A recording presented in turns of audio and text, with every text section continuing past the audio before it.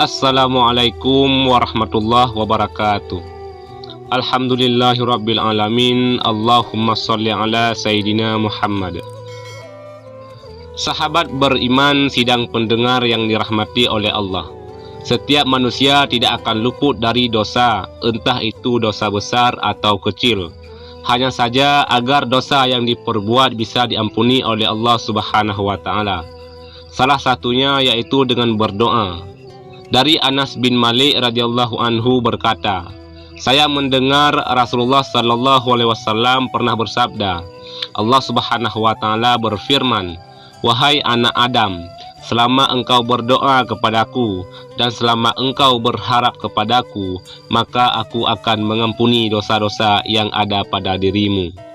Dan aku tidak peduli, wahai anak Adam, kalau seandainya dosa-dosamu sangatlah banyak sampai ke awan yang ada di langit, kemudian engkau meminta ampun kepadaku, maka aku akan mengampuni engkau. Wahai anak Adam, kalau seandainya engkau datang kepadaku dengan membawa dosa-dosa sebesar bumi, kemudian engkau bertemu dengan aku dalam keadaan tidak berbuat syirik kepadaku sama sekali, maka aku akan mendatangi engkau dengan ampunan pula sebesar bumi. Hadis riwayat At-Tirmizi. Hadis di atas menjelaskan tentang betapa agungnya sifat Maha Pengampun yang dimiliki oleh Allah Subhanahu wa taala atas semua dosa-dosa yang telah diperbuat oleh manusia, meskipun perbuatan dosa yang dilakukan manusia sangat besar, sebesar bumi atau setinggi langit. Akan tetapi jika manusia tersebut bertaubat dengan sebenar-benarnya kepada Allah, maka niscaya Allah Subhanahu wa taala akan mengampuni dosa-dosa tersebut. Arti dari taubat yang sebenar-benarnya adalah bahwa manusia tersebut menyesali, meninggalkan, serta berjanji untuk tidak mengulangi lagi perbuatan dosa yang pernah ia lakukan. Lalu adakah dosa-dosa yang dilakukan manusia, akan tetapi Allah Subhanahu wa taala tidak akan mengampuni dosa-dosa tersebut? Jawabannya adalah ada. Yang pertama adalah syirik. Syirik merupakan perbuatan yang menyekutukan Allah dengan sesuatu, misalnya dengan berhala maupun makhluk-makhluk ciptaannya. Orang yang melakukan dosa syirik disebut musyrik. Syirik digolongkan menjadi dosa yang sangat besar, dan Allah Subhanahu wa taala tidak akan mengampuni dosa ini. Hal ini sebagaimana firman Allah Subhanahu wa taala, Allah tidak akan mengampuni dosa syirik atau mempersekutukan Allah dengan sesuatu, dan Dia mengampuni dosa selain itu bagi siapa yang Ia kehendaki. Dan barang siapa mempersekutukan sesuatu dengan Allah, maka sungguh dia telah tersesat jauh sekali. Quran Surat An-Nisa ayat 116. Lalu yang kedua, menuduh wanita solehah telah berbuat zina. Zina merupakan perbuatan bercampurnya laki-laki dan perempuan tanpa adanya ikatan pernikahan. Ini adalah dosa yang sangat besar, dan sebagai hukumannya, maka pelaku zina akan mendapatkan hukuman dari Allah Subhanahu wa taala, baik itu selama mereka di dunia maupun ketika mereka berada di alam akhirat kelak. Lalu bagaimana jika ada seseorang yang menuduh seorang wanita solehah telah melakukan perbuatan zina? Allah Subhanahu wa taala telah berfirman, dan orang-orang yang menuduh perempuan-perempuan terhormat berbuat zina, kemudian itu tidak mengemukakan 4 saksi, maka hendaklah mereka didera 80 kali deraan, dan janganlah diterima kesaksian dari mereka selama-lamanya. Itulah orang-orang fasik. Quran Surat An-Nur ayat 4. Kemudian yang ketiga, sihir. Dosa yang tidak terampuni selanjutnya adalah sihir. Sihir tergolong ke dalam perbuatan dosa yang sangat besar, karena sihir merupakan salah satu perbuatan setan, dan orang yang melakukannya termasuk ke dalam golongan-golongan orang-orang kafir.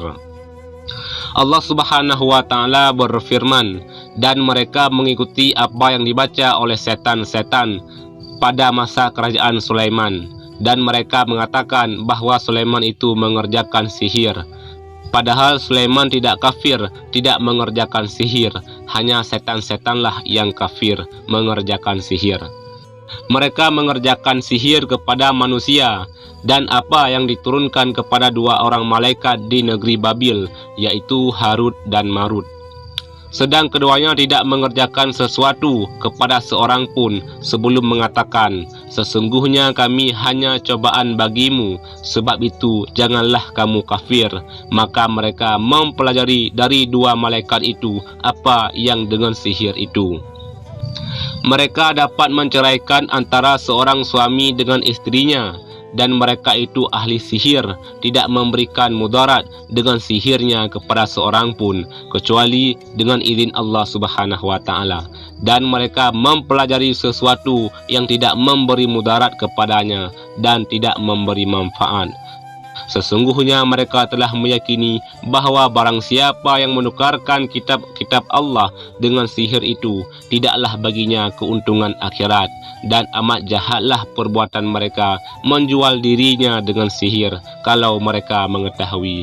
Quran Surat Al-Baqarah ayat 102. Kemudian yang keempat, membunuh jiwa yang Allah haramkan kecuali dengan hak. Maksudnya adalah manusia baik itu muslim maupun non-muslim haram untuk dibunuh tanpa adanya alasan yang dibenarkan oleh syariat. Hal ini sebagaimana firman Allah Subhanahu wa taala, dan janganlah kamu membunuh jiwa yang diharamkan Allah untuk membunuhnya kecuali dengan suatu sebab yang benar. Quran Surat Al-An'am ayat 151. Barang siapa yang membunuh seorang manusia bukan karena orang itu membunuh orang lain atau bukan karena membuat kerusakan di muka bumi, maka seakan-akan dia telah membunuh manusia seluruhnya. Al-Quran Surat Al-Ma'idah ayat 32. Kemudian yang kelima adalah memakan harta anak yatim. Memakan harta yang menjadi hak anak yatim dengan cara yang batil adalah termasuk perbuatan zalim, dan itu merupakan dosa yang sangat besar. Hal ini sebagaimana firman Allah Subhanahu wa taala, dan berikanlah kepada anak-anak yatim itu harta-harta mereka, dan janganlah kalian mengganti yang buruk dengan yang baik. Jangan mencampurkan harta mereka ke dalam harta kalian. Sesungguhnya perbuatan itu merupakan dosa yang besar. Quran Surat An-Nisa ayat 2. Sesungguhnya orang-orang yang memakan harta anak yatim secara zalim, sebenarnya mereka itu telah menelan api sepenuh perutnya, dan mereka akan masuk ke dalam api yang menyala-nyala, yaitu neraka. Al-Quran Surat An-Nisa ayat 10. Kemudian yang keenam, meninggalkan peperangan atau jihad. Para ulama telah sepakat bahawa meninggalkan medan peperangan jihad adalah salah satu bentuk perbuatan dosa besar. Allah Subhanahu wa taala juga telah berfirman terkait hal ini. Hai orang-orang yang beriman, apabila kamu bertemu dengan orang-orang yang kafir yang sedang menyerangmu, maka janganlah kamu membelakangi mereka mundur. Barang siapa yang membelakangi mereka mundur di waktu itu, kecuali berbelok untuk siasat perang atau hendak menggabungkan diri dengan pasukan yang lain, maka sesungguhnya orang itu kembali dengan membawa kemurkaan dari Allah, dan tempatnya adalah neraka jahanam, dan amat buruklah tempat kembalinya. Al-Quran Surat Al-Anfal ayat 15-16. Sahabat beriman yang dirahmati oleh Allah, demikianlah 6 dosa yang tidak akan diampuni oleh Allah Subhanahu wa taala walaupun dengan bertobat. Semoga kita semuanya dijauhkan dari perbuatan-perbuatan dosa tersebut, dan semoga kita dapat menjadi hamba-hamba yang selalu beriman. Amin ya rabbal alamin. Wallahu a'lam bisawab. Demikian yang bisa kami bagikan, mudah-mudahan ada manfaatnya. Wassalamualaikum warahmatullahi wabarakatuh.